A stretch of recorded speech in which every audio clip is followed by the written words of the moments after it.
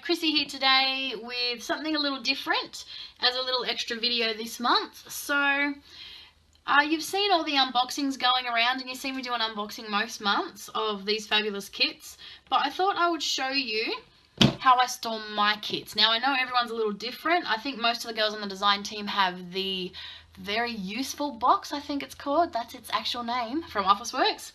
But I thought I'd show you what I have. Now, this is just a good old 12 by 12 container that I got from Kmart for $10.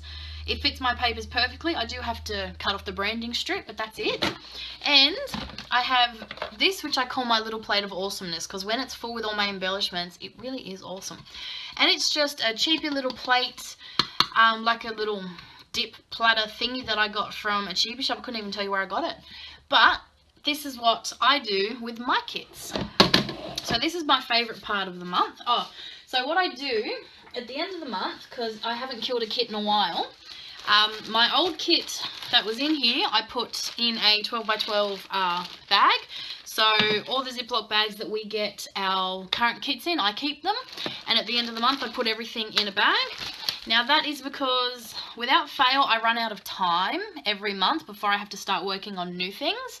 But I want to keep everything together because I do still want to do some layouts with this. I want to use some more of the wood veneer. I have a fantastic layout in mind to use the embossing powder. I've just run out of time because I need to start working on projects with the July kits.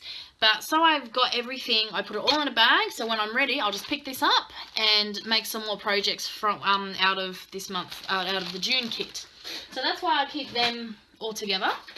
And then what I do is I get my awesome kits.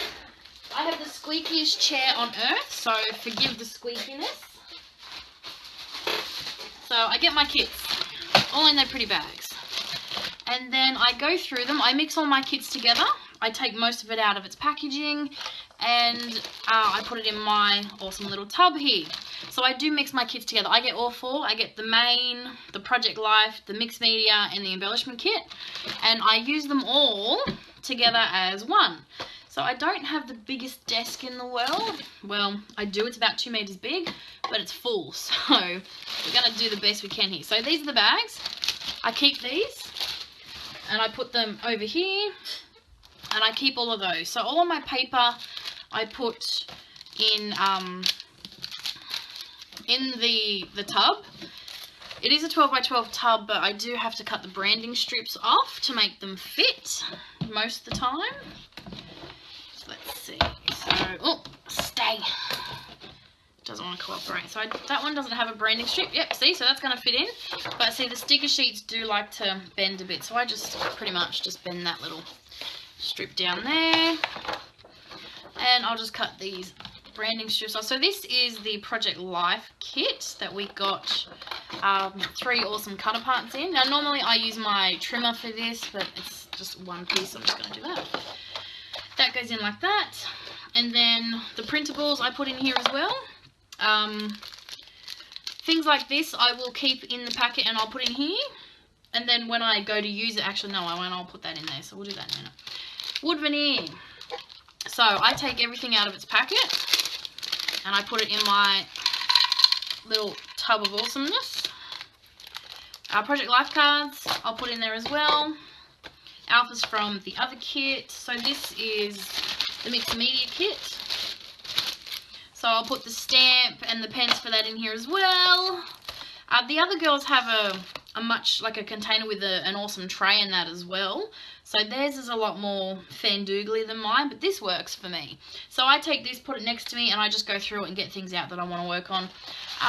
Generally, I don't cut these up because I'm lazy. What I might do is I'll cut these out and punch them with my 1-inch hole punch. But apart from that, I'll leave them like that till I'm ready to use it. I think most of the other girls on the design team actually cut them apart. But yeah, like I said, too lazy. I'll cut it apart when I want to use it. So I'll put my new paints in there. So things like this will also, I'll put in here as well. So we'll just open this up. Oof. If I can get it open. There we go. So I'll put that in there. All my little bits and pieces, embellishment wise, I'll keep. Washi tape I'll put in here as well.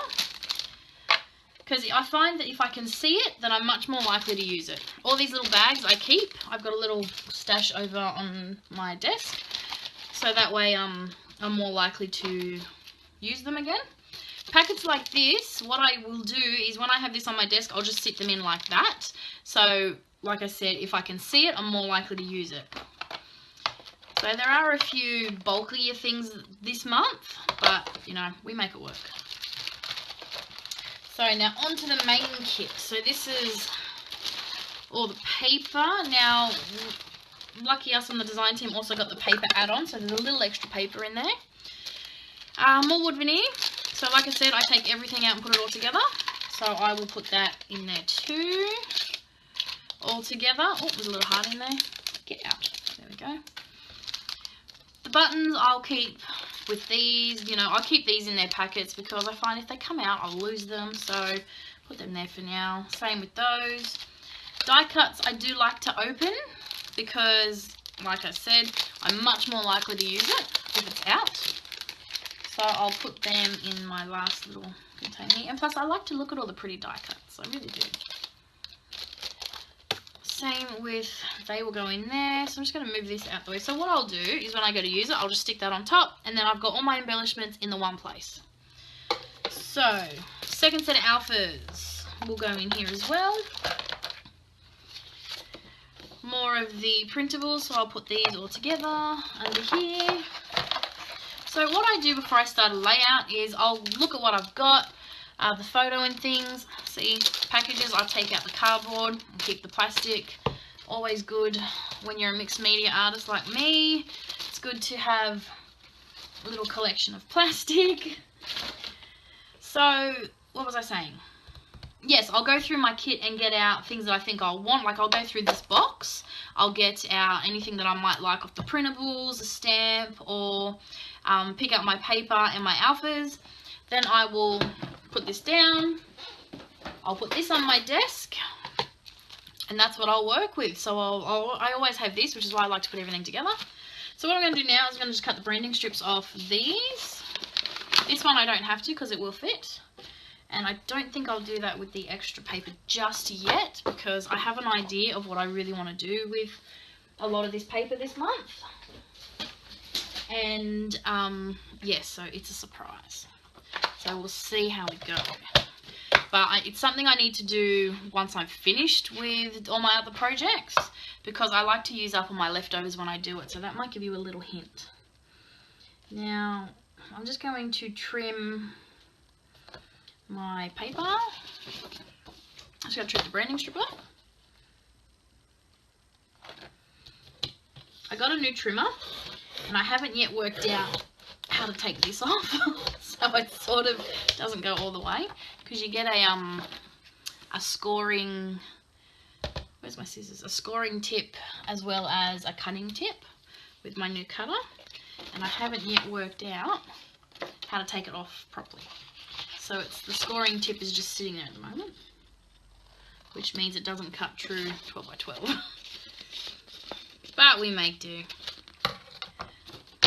So, oh, there's half my paper.